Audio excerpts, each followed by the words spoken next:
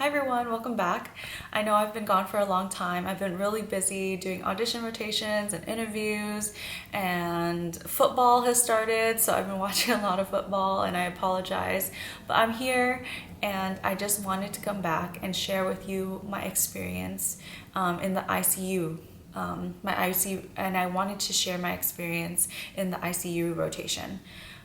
For those of you who follow me on Snapchat, you guys know that it was really tough for me during the ICU rotation just because it was so sad. I guess it was really hard for me because I didn't deal much with death and loss within my family, or maybe even within third year of med school.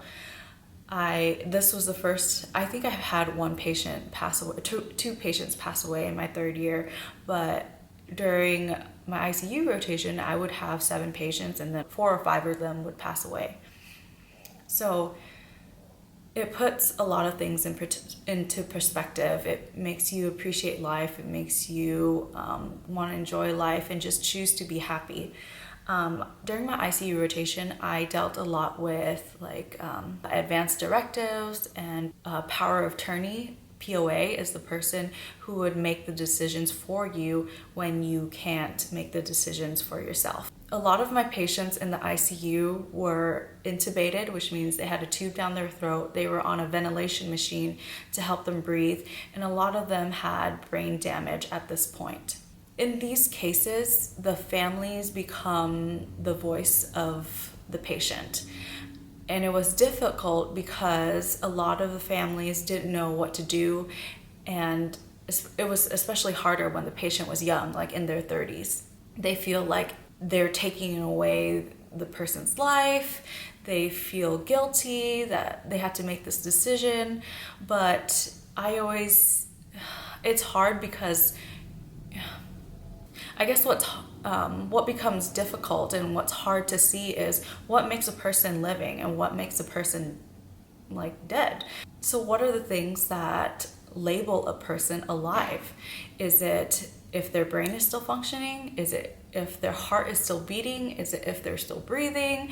Is it if their skin is still warm, or if they can still respond? What are those things? Because there are many patients who've been through brain injuries, but their heart is still pumping and their skin is still warm, and we technically can keep them alive, but are they actually still living? These are the really hard questions that families have to deal with. And I felt like it was my job to educate patients, because there is that education barrier. They don't understand, and they always feel and hope that the person that they love would come back and be themselves again. But that's not always the case. As a medical professional, you have to educate the family and educate patients in a way that they will understand that, so they can make the appropriate decision and not prolong suffering. At the end of the day, I think the essential question is, what is it that gives life purpose? What are the things in life that is worth living for? Me personally, I know that if I was ever a vegetable or had an anoxic brain injury, I wouldn't want to live that way. I wouldn't want to live on a ventilation machine, and I wouldn't want to not know myself, and I'd rather they let me go, and I'd rather my family move on and be happy elsewhere.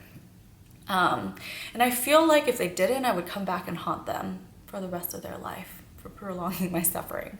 But yeah, so that was my ICU rotation, and it just made me appreciate life. It made me just want to be happy, a happier person. It made me not fret over the little things, and just enjoy life, enjoy the experience, and I'm here hopefully to share that with everyone. I also took some videos of ventilation machines, and I'll give you guys a little talk about that. I know every hospital is different because they have different ventilators, but this is just the gist of how they work.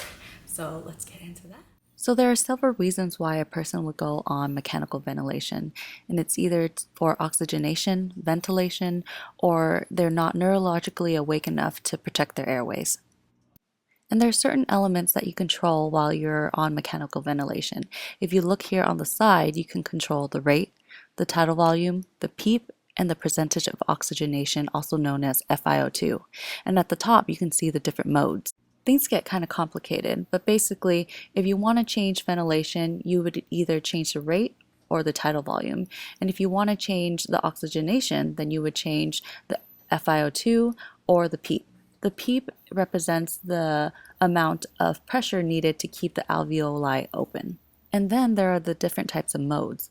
When a person is in a coma, you can't expect them to just start breathing, so we put them through a trial. So the three we used were AC, assisted control, where the machine would basically breathe for you, ASV, adapted supported ventilation, where the machine would help you when you weren't initiating on your own, and then spontaneous, where you were breathing on your own. So that's all I got for today. Thank you all for coming back and watching this video. If you like this video, please give it a thumbs up. And if you haven't already, please subscribe, and I'll see you guys all next time. Peace. To him, we round, he lectures. It's just so amazing, and I feel like I'm learning so much. And even if I don't end up going here, it's an awesome rotation.